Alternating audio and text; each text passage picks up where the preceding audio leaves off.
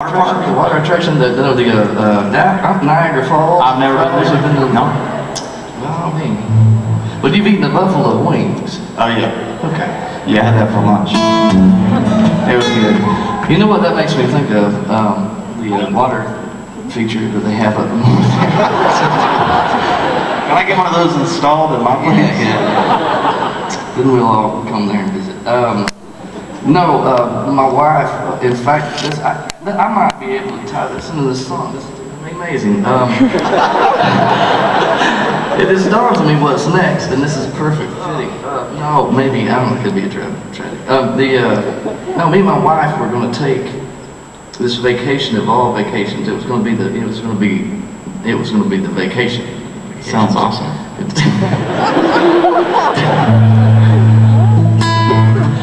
So anyway, it was going to be to the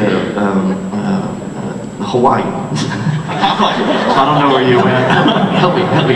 Best vacation ever. Hawaii. It's going to be to the Isles of Hawaii, and which is confusing because there's a lot of them. It turns out there's one Hawaii, but it's all Hawaii. They've got water features there too. That's what made me think of this. Is that there's lots of water, but we.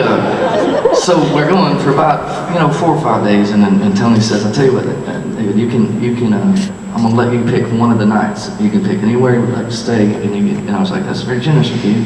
And so I get to look at him. She'd been in all those textbooks, the guidebooks, The Cliff Notes for Cliff Hawaii. Notes for Hawaii. She's reading the Cliff Notes of Hawaii, and so I grabbed them, one off the top, and I start flipping through it, and this particular phrase jumped out at me.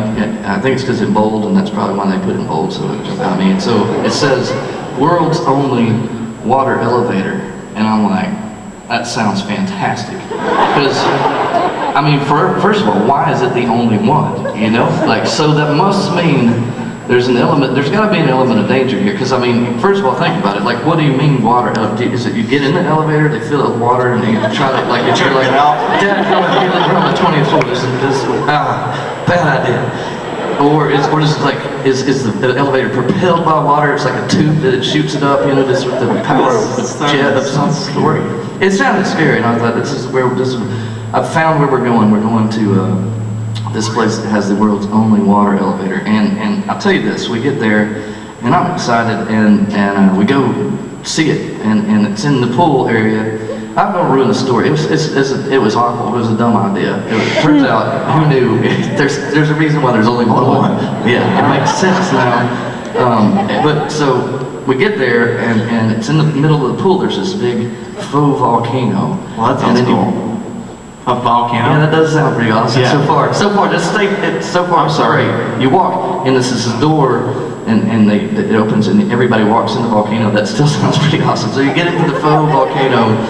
And there's this large inner tube of sorts, and everybody climbs on this big, huge inner tube, and we're all sitting there. It's a bunch of strangers, and we're just sitting across from the stranger, I'm like, making small talk, like, "Hey, have you ever been on a water elevator before?" Or a volcano, for that matter. And I know I'm like mid-sentence when suddenly from above drops an enormous amount of water straight down on us, and water's heavy, turns out. It's really, so I just remember screaming at the guy across from me, "Oh, my spine is collapsing," just thinking no one could stand this beating that we're taking. So slowly, we start rising in the inner tube. We get all of 8 feet in the air, and the door opens, and then we're all like, "Really? Yeah." I can't feel anything from here down, and my arms twitching, and for the rest of the day, all I do is I just complain. I just complain all day to my wife, and it's like, man, and she's like, "You picked the water elevator," and I feel fine. And so she gets tired of this, and she decides, here's what we're going to do. In the morning, we're going to go to the spa and get some massages. And I go, well, that's not going to work because that involves touching. And it's not for me. It's more just, I'm ticklish, and it's more for them. It's going to be embarrassing for them. And I'm thinking about just myself. I'm totally selfish, and I'm like, that's not going to happen. Somehow, as wife's home to do, she talks me into it. And so I can't sleep at night. I keep waking her up. The light comes on, and I'm like, okay, no, so we walk out of the hotel door in the morning, and then what? She's like, we go down to the spot. I know, but then what? And she's like, we go to the counter, they'll give us a registration form, we'll fill it. I know, but then what? So I made her tell, because it's not like, I'm paranoid. I haven't done this before, and I just know there's robes involved and slippers, and there's a bed you gotta get to, and you gotta. I'm like, how do I get from here? Do I put my robe there, or do I take the robe with me? Do I get in the bed with the robe and then take the robe off? Vacation should be more relaxing. This is not what I don't know why. It's like the Brady Bunch Hawaii when everything goes wrong, and you should have never kept that idol. And so,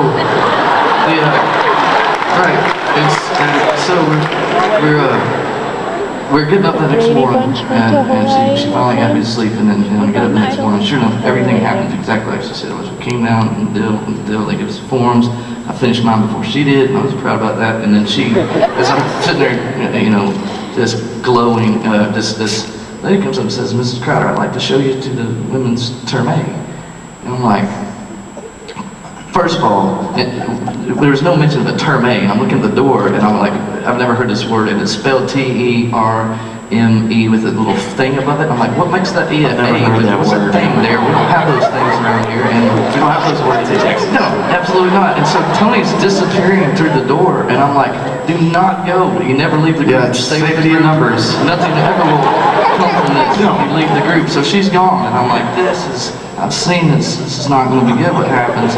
And then so I'm thinking I might leave, and then this guy comes and says, "Mr. Crowder, I'd like to show you in the men's term A." And I go, well, I might as well see what in the world term A is, while I'm here.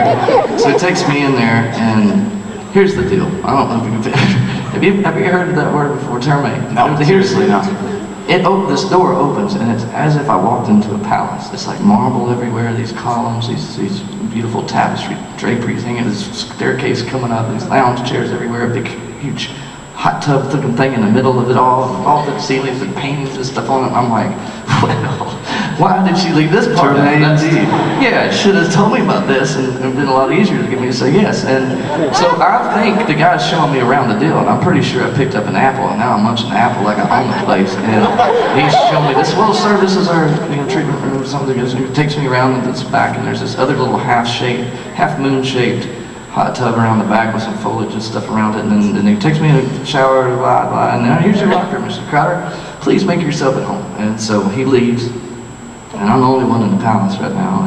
And I open the locker, and sure enough, there's a robe and some slippers. And now I'm thinking, without any social cues, decisions have to be made. And I'm not sure. Crucial decisions, I'd say. And so, this could be really tragic.